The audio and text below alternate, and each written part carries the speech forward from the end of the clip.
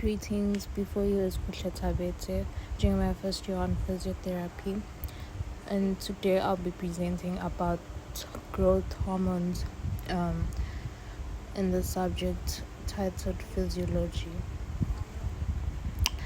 Firstly, I'll start with the introduction. Growth hormone, also known as human growth hormone, in its human form, it is a peptide hormone that stimulates growth, cell reproduction, and cell regeneration in human and other animals. It is thus important in human development. Growth hormone is produced by our brains and pituitary gland and governs our height, bone length, and muscular growth. Here are some tips on how to increase growth hormone. Body lose fat, reduce sugar intake, consider taking a sports drink around your workout, optimize your sleep, or consider an arginine supplement. Try aerobic exercises.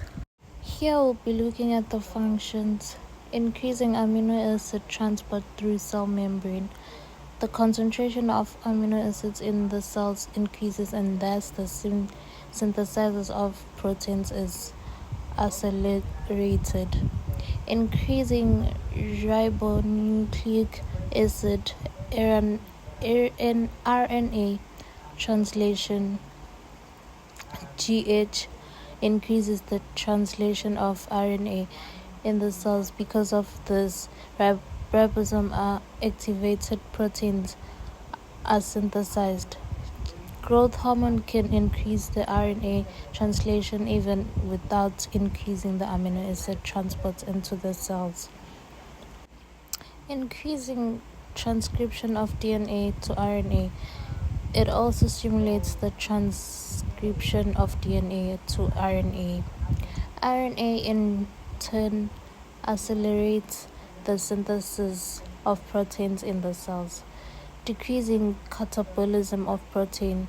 Growth hormone inhibits the breakdown of cellular protein. It helps in the building up of the tissues.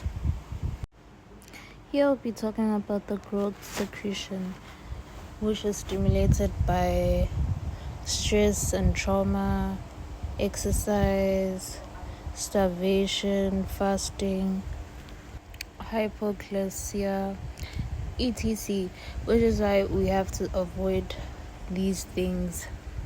So, in conclusion, growth hormone secretion is under negative feedback control.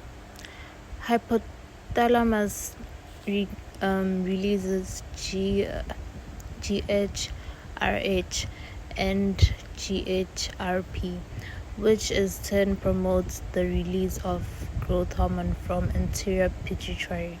Growth hormone acts on various tissues. It also activates the liver cells to secrete somatomedin. Growth hormone inhibits its own secretion by stimulating the release of GHI from hypothalamus. This type of feedback is called short loop feedback control. Similarly, GHRH inhibits its own release but by short loop feedback. Thank you. I hope you got something from this, and if not, you may ask questions.